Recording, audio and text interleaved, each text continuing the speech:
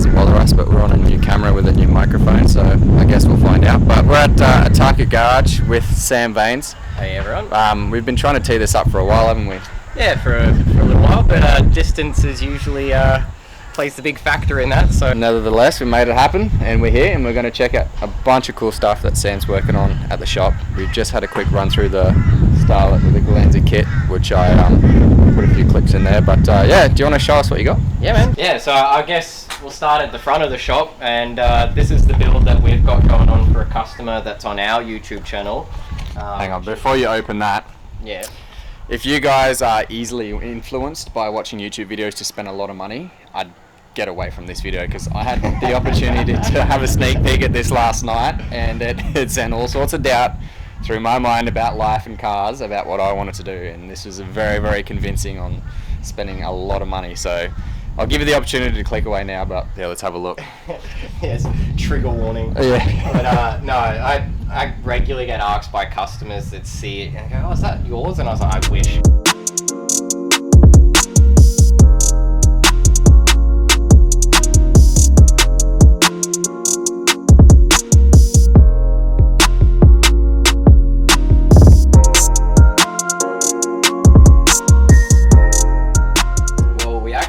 Started with a running driving S15, bog stock, faded, you know, pewter silver. Had a couple of little handful mods, like a little intercooler kit and an aftermarket radiator, but otherwise it was a bog stock 15, and we stripped it down and fabbed everything up, and it's been painted now. Got new lens on the headlights. Built RB26, and with the bolt-ons we're aiming for 600 at the rear wheels.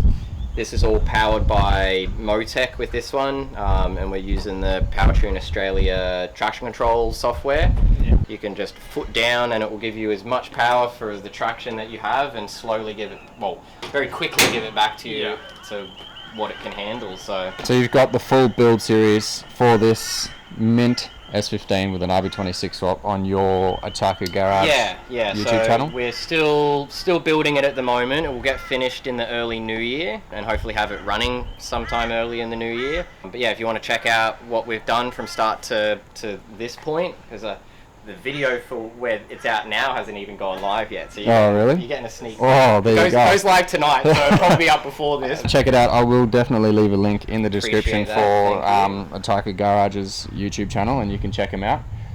Unless you want to have a quick squiz, but that's basically Otaku Garage. You visit their website. You guys do merch and we got parts merch. and all sorts of stuff as well. We have an online parts store as well.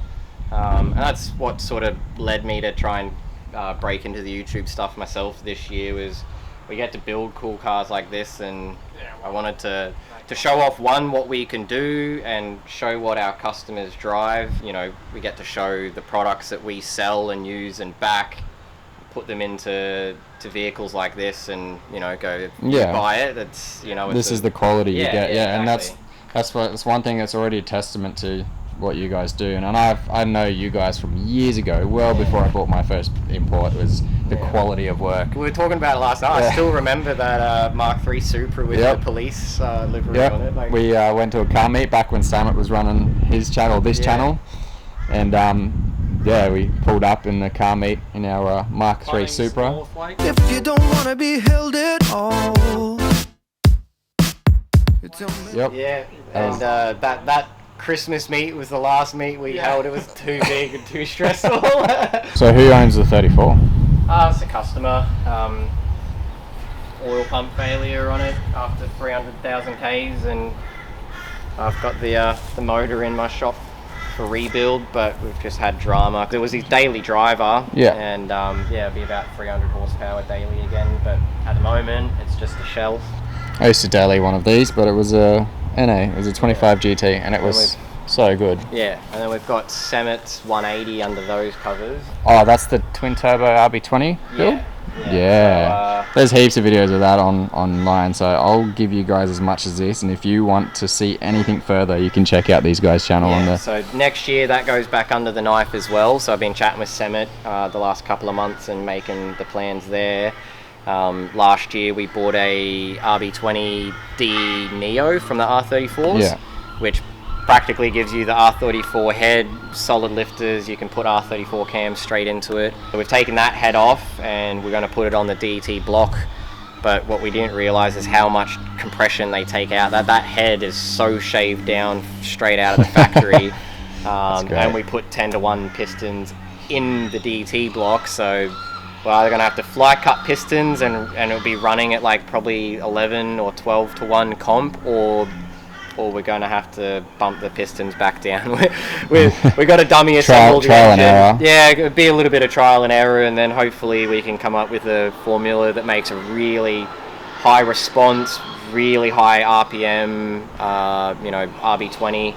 We'll stick with the twin turbos that never really got to see any fun and time to light of day. So the last time I saw that car was Matsuri, yeah. That was the last Matsuri I went to as well. By then it already had oil pump failure. And no.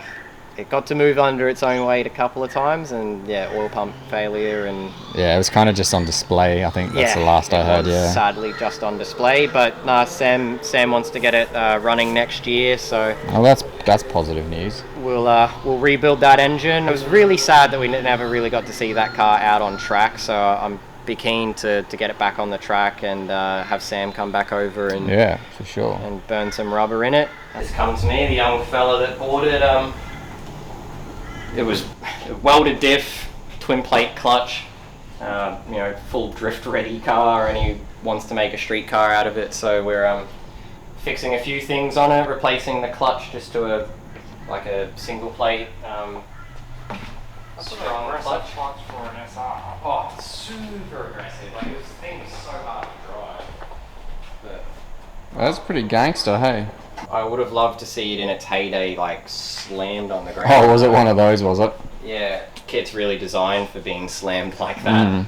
But it's cool. We'll make it a bit more streetable in the new year. We're waiting on a gasket from Nissan Japan to put the gearbox back in. But in the new year we'll get it on the street and get the young fella out there enjoying it. It's a pretty cool first manual car. If that was my first car, it was pretty impressive. I noticed this last night, but we've got Fast and Furious R33 full auto cell on spec. Oh, back close to when I opened the shop 10 years ago, this guy became a customer, and we rebuilt his engine and made a really responsive 500 horsepower. That thing makes 500 horsepower. Yeah, 525 on E, and on 98, I think it was 460 or around 470. I don't know if you guys can see, but there's a lot of sparkle in that. It's one of the ugliest 33s in existence, but it is so quick. It makes 22 pounds of boost at 3,000 RPM. And so when it's on fully 85, it's impossible to drive. You trickle the throttle and it just lights the tires up. So I will give it this though, a lot of the auto cell on cars you did see back in the day were built to the shithouse for performance. Well, this was bog stock. It was just made to look sparkly, and then it sat for a long time. This customer bought it and turned it into a race car, and then it sat for a long time again. So that's why I got the sump off it and everything at the moment. We're just resealing everything up because it's actually being sold and going to a new owner. Hopefully the new owner puts a different body kit on it. Safety is a fun one. A 400 horsepower Stagia. We've got a torque controller coming out of the US that will allow us to give it standard torque split for the all-wheel drive. Yep. We can do a 50-50 split or just go 100% rear without doing the tail shaft.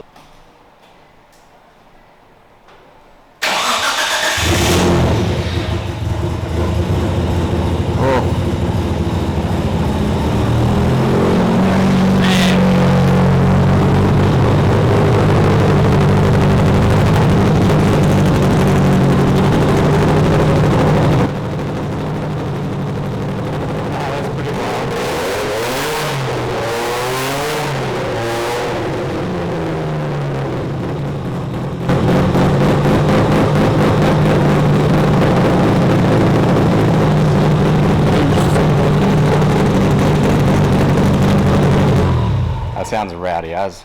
at red line, the graph is like this. I'm like, we need more RPM. We need to try something and go bigger with the RPM.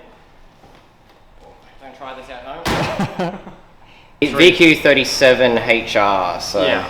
So that's what's in the 370s as well? Same engine as the 370. And supercharged. So with the supercharger kit, what sort of boost is that going to be? I think that was a 10-pound pulley that's on it, and it's making 383 at the wheels at the moment. There's a few issues. This particular year model, the only year model, come out with its standard ECU, and then the next one out, they upgraded it, made a bigger one, and all the aftermarket support for ECU tech is for that ECU. So there's a few things that we could fine tune and possibly make 400 with this, but yeah, it's tidy. It's super clean. It's super comfy to drive, and you know, practically making 400 horsepower inconspicuously. They're an angry looking car. I mean, it's a little less inconspicuous now because it idles and you can hear the supercharger whining away at idle. Really? But no, I really like it. It on the 370 wheels and lowered springs, it looks really tidy. Hey, what's going on here? No, Wasn't this the one that was sitting out the front of the old shop? Yes, because it's mine. That's what happens when you run a shop. All your cars got two 12As sitting in there. I was going to do the old Fusion car and make a quad rotor 24A. You know, just keep it a street port. It'd still make like 400 horsepower. And sound angry as. And it gives you all the 4-rotor sound. And then the other benefit you get with doing a 24A 4-rotor is it's the same size as a 20B, like a triple rotor. Time is my biggest factor in this, and at least it hasn't gone to die. It's still alive. No, it's still alive. I've done a fair bit of work underneath here to...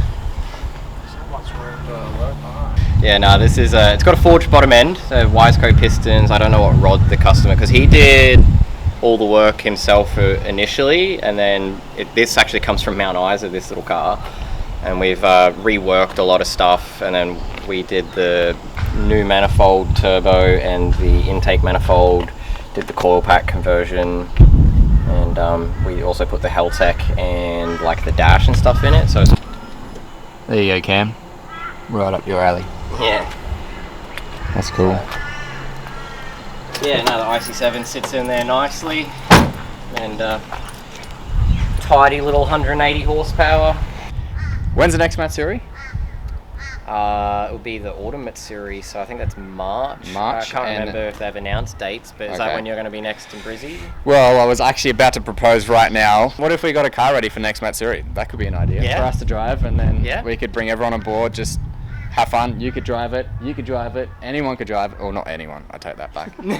We could drive it and have fun, but I've been drifting for, what, 7 years now, and never driven Matsuri before. Yeah, so it's good. We can make that happen, I reckon.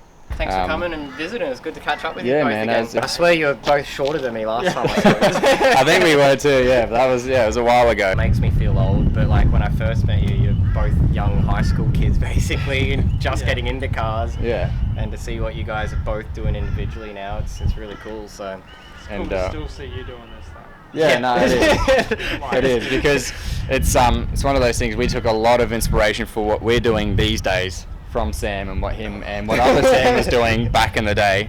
Pretty humbling to hear that. To hear that and see what you guys are doing is really, really cool, and it's like a reverse inspiration now. It's like awesome. Seeing what you guys do is like, for my old jaded butt, like it's a good breath of fresh air and a good encouragement to see that passion's not dead and people still... it's not dead, although I think we may be the last generation.